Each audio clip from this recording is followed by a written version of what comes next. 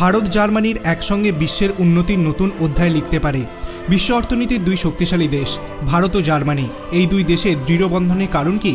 News 9 global সামিটে Bharat জার্মানির সেই দৃঢ় বন্ধনের কথা তুলে ধরলেন কেন্দ্রীয় মন্ত্রী জ্যোতিরাদিত্য সিন্ধিয়া। বললেন, ভারত ও জার্মানিকে একসূত্রে বেঁধে রেখেছে একটি সচল সেতু, আর এই সেতু স্টিল কিংবা পাথরের তৈরি নয়। এই সেতু তৈরি হচ্ছে পারস্পরিক বিশ্বাস, আদর্শ ও মূল্যবোধের ওপর। ভারত ও জার্মানির সম্পর্ক ঐতিহ্যগত কূটনৈতিক প্রক্রিয়ার মধ্যে শুধু আটকে নেই বলে তিনি মন্তব্য করেন। বৃহস্পতিবার থেকে জার্মানির স্টুটগার্টে শুরু হয়েছে নিউজ 9 গ্লোবাল সামিট। প্রথম দিন সেখানে বক্তব্য রাখেন কেন্দ্রীয় যোগাযোগ মন্ত্রী জ্যোতিরাদিত্য সিন্ধিয়া। গ্লোবাল সামিটে ভারত ও জার্মানি মজবুত ভিত্তিতে একসূত্রে বাঁধা, এই বিষয়ে আলোচনায় ভারত ও জার্মানির দ্বিপাক্ষিক সম্পর্কের কথা তুলে ধরেন কেন্দ্রীয় যোগাযোগ মন্ত্রী। তিনি বলেন, হাজার হাজার কিলোমিটার ব্যবধানের দুই দেশ, কিন্তু আমরা পরস্পরের পরিপূরক শক্তি।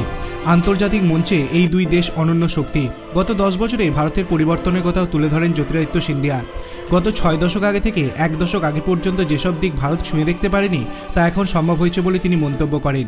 তিনি বলেন, 35 বছর আগে ভারতীয় বাজারে যখন মার্সিডিজ বেঞ্জ আসে, তখন তারা তাদের কৌশলকে বলেছিল কৌশলগত ধৈর্য, আর এখন ভারতের সবচেয়ে বেশি লাক্সারি গাড়ি উৎপাদন করে মার্সিডিজ।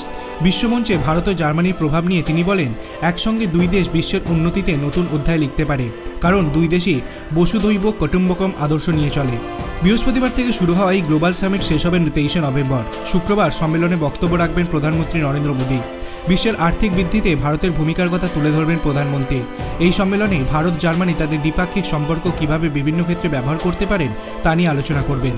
আপনার কি মনে হয়, ভারতের এই উন্নতির পিছনে আসল কারণ কি? সেটি আপনি ভিডিওর কমেন্ট সেকশনে জানাতে পারেন। ভিডিওটি ভালো লাগলে লাইক করবেন, চ্যানেলটিকে সাবস্ক্রাইব করতে ভুলবেন না। ধন্যবাদ।